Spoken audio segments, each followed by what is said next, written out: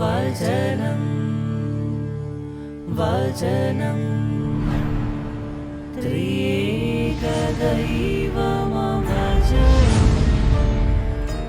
വചനം.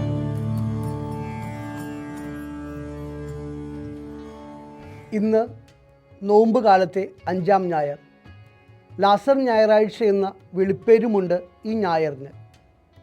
ലാസറിനെ ഉയർപ്പിക്കുന്ന കർത്താവിനെയാണ് ഇന്നത്തെ സുവിശേഷത്തിൽ ധ്യാനിക്കുന്നത്. ലാസർ എന്ന പേര് ഏലിയാസർ എന്ന പദത്തിൽ നിന്നും രൂപം കൊണ്ടതാണ്. ദൈവം സഹായിക്കും എന്നാണ് ഇതിൻ്റെ അർത്ഥം.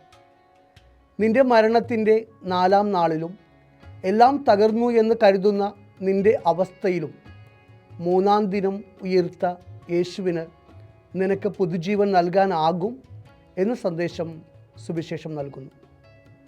യോഹന്നാൻ്റെ സുവിശേഷം 11-ാം അധ്യായം 1 മുതൽ 45 വരെയുള്ള വചനഭാഗത്ത് വിശ്വാസം, പ്രത്യാശ, സ്നേഹം എന്നീ 3 പുണ്യങ്ങളെ നമുക്ക് ധ്യാനിച്ചെടുക്കാം.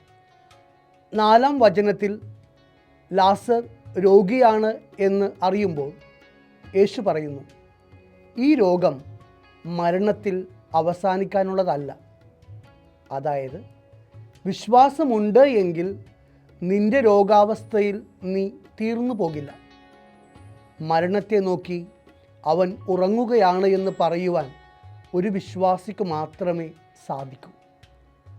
ഉറക്കത്തിൽ നിന്നും ഉണരുന്നത് പോലെ ആയിരിക്കും വിശ്വാസിക്ക് മരണമെന്ന അവസാന ഹൃദയമിടിപ്പിൽ നിന്ന് സ്വർഗത്തിലേക്കുള്ള തിരിച്ചുകയറ്റം.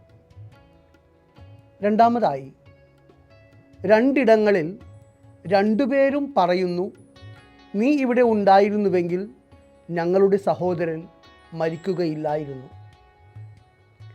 ദുർഗന്ധമുണ്ടാകുമെന്ന പ്രതീക്ഷ നശിച്ച സൂപ്പർലേറ്റീവ് സ്റ്റേറ്റ്മെൻറ്റ് ഇറക്കിയപ്പോഴും ക്രിസ്തു പഠിപ്പിക്കുകയാണ്, ഭയപ്പെടേണ്ട, ഞാനാണ് പുനരുത്ഥാനവും ജീവനും. ഞാനിവിടെ ഉള്ളപ്പോൾ ആരും മരിക്കുകയില്ല. മൂന്നാമതായി, സുവിശേഷത്തിൻ്റെ 3 ഇടങ്ങളിൽ കാണുന്ന ക്രിസ്തു ഹൃദയത്തിൻ്റെ സ്നേഹതലത്തിലെ 3-ാം ഇടമാണ് നിൻ്റെ സ്നേഹിതൻ എന്ന് 2 ഇടങ്ങളിലും ആ സ്നേഹത്തെ ഉദാത്തീവൽക്കരിച്ച് യേശു പൊഴിച്ച കണ്ണീരും സ്നേഹമെന്ന പുണ്യത്തെയാണ് പഠിപ്പിക്കുന്നത്. കർത്താവ് നമ്മെ ഓർത്ത് കരയുന്നുണ്ടാവാം. ഇത്രമേൽ സ്നേഹിച്ച നമ്മൾ നഷ്ടപ്പെട്ടു പോകുന്നത് കാണുമ്പോൾ ആർക്കാണ് കരയാതിരിക്കുവാൻ ആവുക?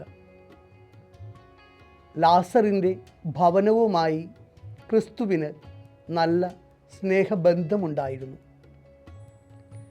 ക്രിസ്തു ഹൃദയത്തിൽ ഇടം പിടിക്കുന്നവർ എല്ലാം മാർത്തയും മറിയവും ലാസറുമാണ്.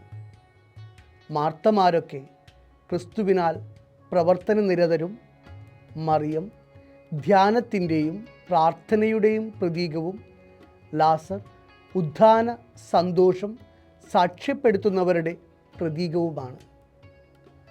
4-ാം ദിനത്തിൻ്റെ ഇമ്പോസിബിലിറ്റീസ് മറികടക്കുവാൻ മകനെ, മകളെ, നീ ആഗ്രഹിക്കുന്നുവെങ്കിൽ നമുക്കും ബഥാനിയയിലെ ഭവനത്തിലാകാം. അവിടെ നമ്മെ നോക്കി യേശു പറയും, മക്കളെ, കല്ലെടുത്ത് മാറ്റുവിൻ. നിന്നിൽ നിന്ന് പുറത്തു വരാൻ തടസ്സമാകുന്ന, ആത്മവിശ്വാസക്കുറവാകുന്ന തടവറയുടെ കല്ലെടുത്തു മാറ്റുക. രണ്ടാമതായി, നീ പാപത്തിൽ നിന്ന്, നിരാശയിൽ നിന്ന് പുറത്തു വരിക. മൂന്നാമതായി, നിൻ്റെ പുതിയ കാഴ്ചകളെയും പുതുജീവിതത്തെയും മറക്കുന്ന കെട്ടുകൾ അഴിക്കുക. പുതുജീവിതത്തിൻ്റെ ഉദ്ധാന ശോഭ നിന്നിലും നിറയട്ടെ. ഈശോ നമ്മെ അനുഗ്രഹിക്കട്ടെ. ഈശോ മിശിഹായ്ക്ക് സ്തുതിയായിരിക്കട്ടെ.